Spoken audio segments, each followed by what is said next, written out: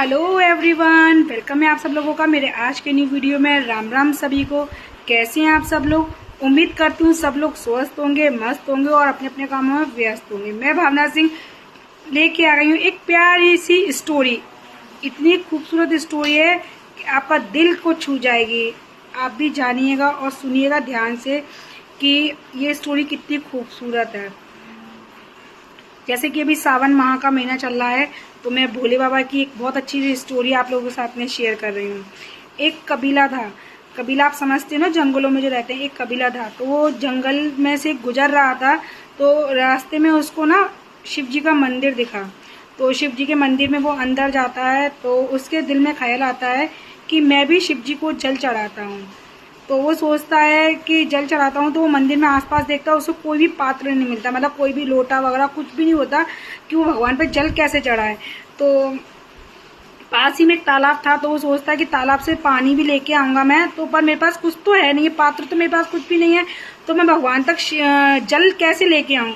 तो वो बहुत ज़्यादा अज्ञान था, उसे कुछ समझ नहीं थी, बिल्कुल अज्ञान था, मूर्ख था, जो भी आप समझ लो, पर उसको भगवान पे जल अर्पित करना था, उसकी श्रद्धा ये थी।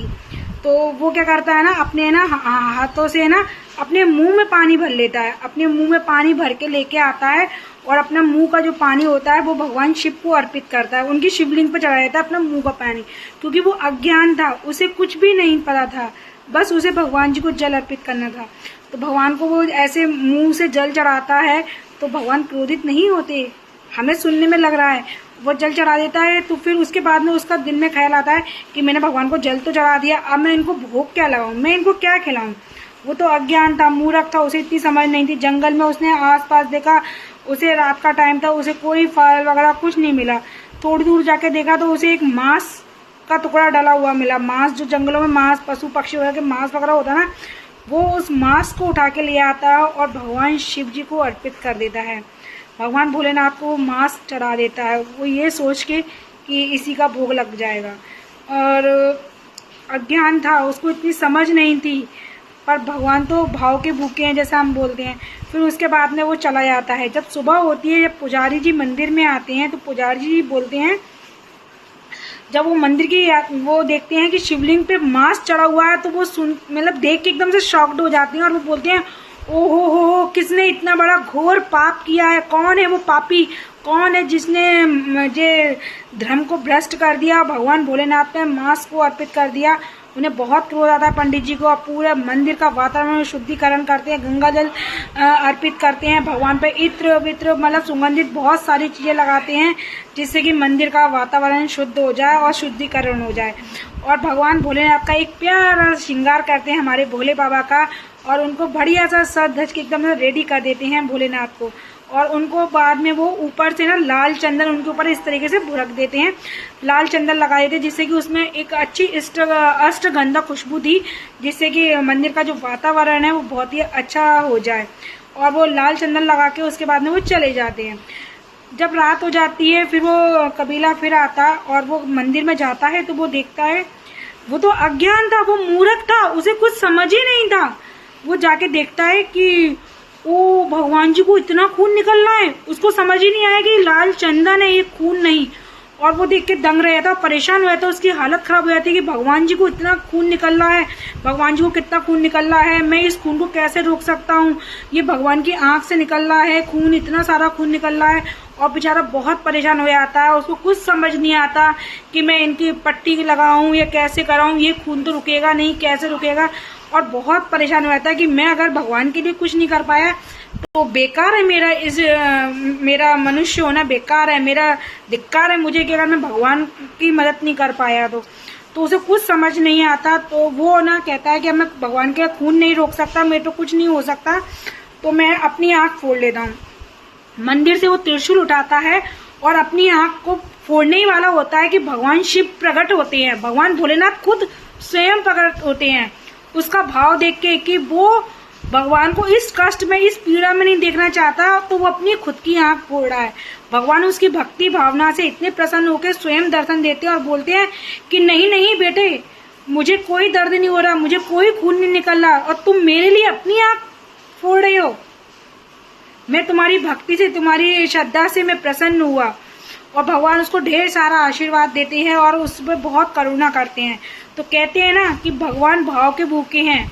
जो लोग पूजा पाठ इतनी सारी करते हैं और इतना भगवान पे धूप दही दूध चंदन ना जाने भगवान पे कितनी चीजें अर्पित करते हैं, है ना, फिर भी भगवान पसंद नहीं होते। और जो अज्ञान होते हैं, जो मूर्ख होते हैं, है ना, उनके मन में कोई किसी के लिए छल कपट कुछ नहीं होता।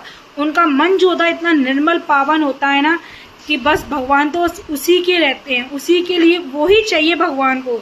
तो बस जब भी आप मंदिर जाओ जल अर्पित करो तो आपके मन में कोई स्वार्थ नहीं हो। भगवान के दर पे जाओ तो ना वहाँ पे ना निस्वार्थ जाओ। भगवान के मंदिरों में जाते हैं आजकल लोग, भगवान जी हमें ये नहीं हुआ वो नहीं हुआ, मांगो नहीं। वो करुणा निधान है। वो आपके लिए जो परमात्मा ने सोचा है ना अच्छे ही सोचा होगा उनने। अपने भगवान अपने बच्चों के लिए जो बनाते हैं उनके लिए अच्छे ही सोचते हैं, उनके लिए क्या बुरा है क्या नहीं। बस वो हमें कैसे क्या मिलता है ना वो हमारे कर्मों पर डिपेंड करता है। हमें नहीं पता होता ना कि हमने किस कर्म कौन सी योनि के किस कर्म की किस चीज की हमें कब सजा मिल रही है ना। वरना भगवान हमें कोई कष्ट नहीं देते। वो हमारी जो कष्ट हमारे जीवन में होते हैं वो हमारे कर्मों के द्वारा होते हैं। तो भगवान की पूजा पाठ आप निस्वार्थ कीजिए भगवान की। भगवान ऐसे पसंद होते, भगवान भाव के भूखे हैं। तभी तो कहते हैं भगत के वश में है भगवान, भगत के वश में है भगवान। तो मुझे तो खुद ही स्टोरी इतनी अच्छी लगी। मुझे नहीं पता कि आप लोगों को ये स्टोरी कैसी लगी क्या लगी, पर मेरे तो दिल को ये स्टोरी छू गई। आप लोगों को कैसी लगी आप कमेंट में जरूर बताना। और यदि आप लोगों को मेरे ऐसे स्टोरी वाले ब्लॉग अच्छे लगते हैं तो मैं आप लोगों के लिए नेक्स्ट टाइम और भी प्यारी प्यारी खूबसूरत स्टोरी लेके आऊंगी। सावन का महीना चल रहा है मेरे भोलेनाथ की, मेरे कर्णनाथ की। वैसे भी भोले बाबा तो बहुत जल्दी प्रसन्न होने वाले हैं। तो सब अच्छे से भोले बाबा की पूजा करो। आप पे जैसे बन जाए, आप घर कर सकते हैं तो घर पे करिए। यदि आप मंदिर जा सकते हैं तो मंदिर जाके करिए। किसी से कोई होड़ नहीं कीजिए। आप पे जैसे ईश्वर की भक्ति मिल जाए वैसे करो। किसी को देख देख के पूजा पाठ करने से कुछ नहीं होगा, है ना। किसी को देख देख के या ऐसे नहीं, बस जो भी जितना भी हो सके आप उसको दिल से कीजिए, दिल से। भगवान भाव के भूखे हैं। आई होप आप लोगों को ये मेरा आज का छोटा सा स्टोरी पसंद आया हो। तो कमेंट में जरूर सभी लोग लिख देना हर हर महादेव, जय भोलेनाथ, जय श्री राम, जय श्री राम। मैं भावना सिंह आप लोगों के लिए फिर से एक नया वीडियो लेके आऊंगी। तब तक के लिए मैं चलती हूँ और काम तो कभी खत्म होते ही नहीं है। अभी आप लोगों के लिए वीडियो अपलोड करूंगी। और आज हमारे ग्वालियर का वेदर अच्छा हो गया। आज लग रहा है मुझे कि हाँ सावन का महीना स्टार्ट हो गया है, क्योंकि कल रात से बारिश हो रही है ढेर सारी और अभी तक बारिश हो रही है नॉन स्टॉप ड्रीम जिम बारिश। तो भोलेनाथ ने कर दी है कृपा और मौसम में थोड़ा सा राहत मिल गया और मौसम हो गया ठंडा ठंडा कूल कूल। अब देखते हैं शाम को इस कूल कूल मौसम में क्या बनता है। मैं भावना सिंह देती हूँ आपसे इजाजत। तब तक के लिए बाय बाय सभी को। राम राम, जय श्री राम, जय श्री राम, हर हर महादेव। और हे भोलेनाथ, जैसे आपने उस कबीले पे अपनी कृपा और दृष्टि बनाई ऐसी हम सब पे भी बनाए रखना भोलेनाथ। सब पे जो भी इस ब्लॉग को देख रहा है उस सब के सारे सपने साकार हो, जो नहीं देख रहे उनके भी सबका भला करे भगवान। जय श्री राम।